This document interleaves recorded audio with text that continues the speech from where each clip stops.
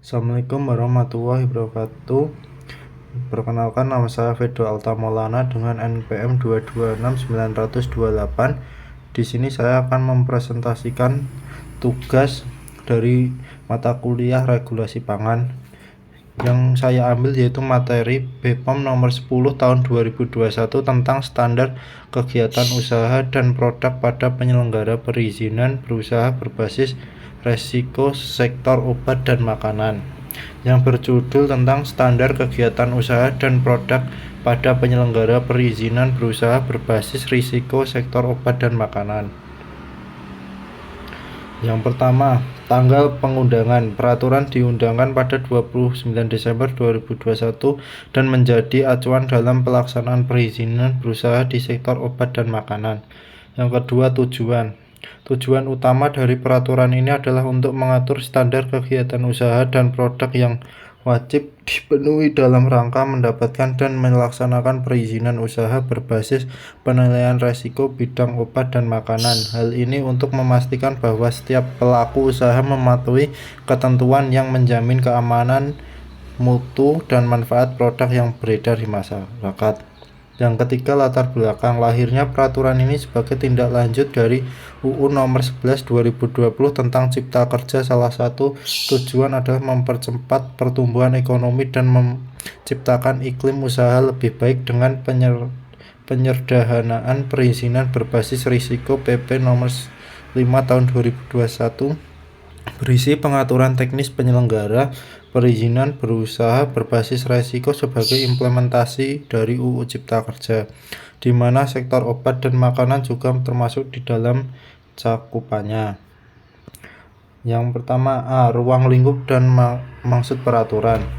Isi maksud menetapkan standar kegiatan usaha dan produk untuk memudahkan perizinan berbasis risiko. Yang kedua, ruang lingkup berlaku untuk kegiatan usaha obat dan makanan termasuk produksi, distribusi, dan pemasaran. Ketiga, kategori resiko rendah, menengah, tinggi berdasarkan potensi bahaya kesehatan. Yang kedua, B, definisi kunci. Kegiatan usaha produksi, distribusi, penyimpanan, dan lain-lain obat dan makanan. Yang kedua, produk obat, makanan, kosmetik, suplemen kesehatan, dan lainnya. Yang ketiga, risiko, tingkat bahaya berdasarkan kompleksitas proses bahan dan dampak kesehatan. Yang keempat, perizinan berbasis resiko atau RBA, sistem perizinan yang disesuaikan dengan tingkat risiko.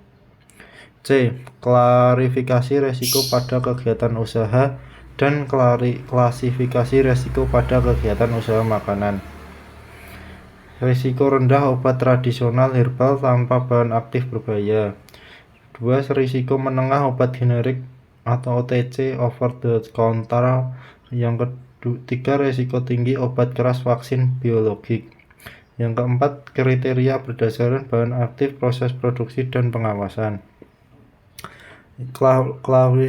Klasifikasi risiko pada kegiatan usaha makanan yaitu risiko rendah, makanan siap saji sederhana tanpa bahan tambahan beresiko.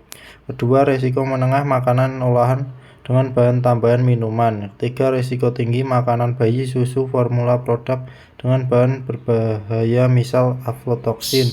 Keempat, kriteria berdasarkan bahan, proses, dan target konsumen.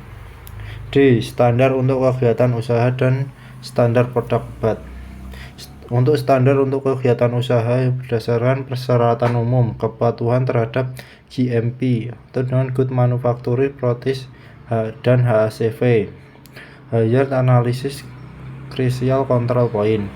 Selanjutnya, berdasarkan resiko. Resiko rendah memerlukan dokumen sederhana, resiko tinggi memerlukan audit mendalam. Ketiga, sertifikasi atau sertifikat layak usaha dari BPOM. Berikutnya, standar produk obat, mutu keamanan khasiat sesuai format Indonesia. Label dan kemasan informasi lengkap, peringatan resiko, pengawasan pasca pemasaran, pelaporan efek samping. Standar produk makanan, keamanan pangan berbasis dari kontamen sesuai SNI. Label informasi nutrisi bahan, tanggal kadaluarsa. Klaim kesehatan harus didukung bukti ilmiah. Yang kedua, mekanisme perizinan. Tahap pendaftaran online via OS online single subscription berdasarkan resiko rendah, otomatis resiko tinggi, memerlukan verifikasi BPOM, dan yang terakhir waktu proses 1-30 hari tergantung risiko.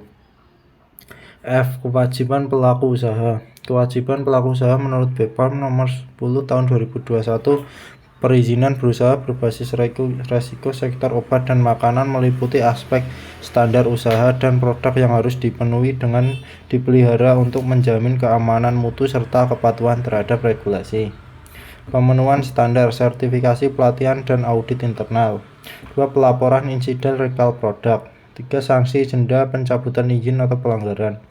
Kewajiban pelaku usaha BPOM dirancang agar tidak yang berdasarkan memiliki pajak pengawasan ketat dari hulu ke hilir, dimulai dari proses produksi hingga tangan konsumen. Peran aktif pelaku usaha dalam pelaporan, inspeksi, dan registrasi adalah kunci utama agar sistem perizinan berbasis resiko benar-benar efektif dan perlindungan konsumen tercapai dengan baik. G. Dampak dan manfaat. Implementasi BPOM nomor 10 tahun 2021 membawa dampak nyata serta manfaat besar bagi pelaku usaha di sektor obat dan makanan, sekaligus tantangan yang perlu dikelola terutama untuk usaha berisiko tinggi. 1. Manfaat utama: mempermudah usaha kecil dan mikro. Sistem perizinan berbasis resiko memungkinkan UMKM mendapatkan pendampingan dan bimbingan teknis serta syarat yang lebih sederhana dibandingkan usaha berisiko tinggi. Proses spesifikasi bertahap seperti pada produk obat tradisional membantu pelaku usaha kecil agar bisa masuk pasar tanpa prosedur yang terlalu memberatkan. Yang kedua, meningkatkan keamanan konsumen. Standar usaha dan produk yang diharapkan mendorong pelaku usaha menjaga mutu, keamanan, dan manfaat produk yang beredar. Konsumen akan lebih terlindungi dari produk berbahaya, palsu, maupun tidak layak konsumsi. Yang kedua, tantangan, biaya, kebutuhan untuk resiko tinggi. Usaha dengan klasifikasi resiko sedang dan tinggi wajib memenuhi standar ketat seperti audit fasilitas produksi, pengujian laboratorium berkelanjutan, serta dokumentasi penuh untuk registrasi dan pengawasan mutu. Hal ini menambah beban biaya bagi pelaku usaha, terutama di segmen industri menengah besar. Yang ketiga, dampak bagi masyarakat dan industri. Pengurangan risiko kesehatan masyarakat. Sistem pengklasifikasian risiko memprioritaskan pengawasan ketat pada produk yang berpotensi mengancam kesehatan. Produk berbahaya lebih cepat terdeteksi dan dari berdasarkan sehingga kejadian keracunan, efek samping berat, atau insiden kesehatan akibat konsumsi obat atau makanan ilegal bisa ditekan. Peningkatan daya saing produk. Standar usaha dan produk mendorong pelaku usaha untuk meningkatkan kualitas, inovasi, serta dokumentasi keamanan sehingga produk Indonesia lebih diterima di pasar nasional maupun internasional. Sekian presentasi dari saya. Terima kasih.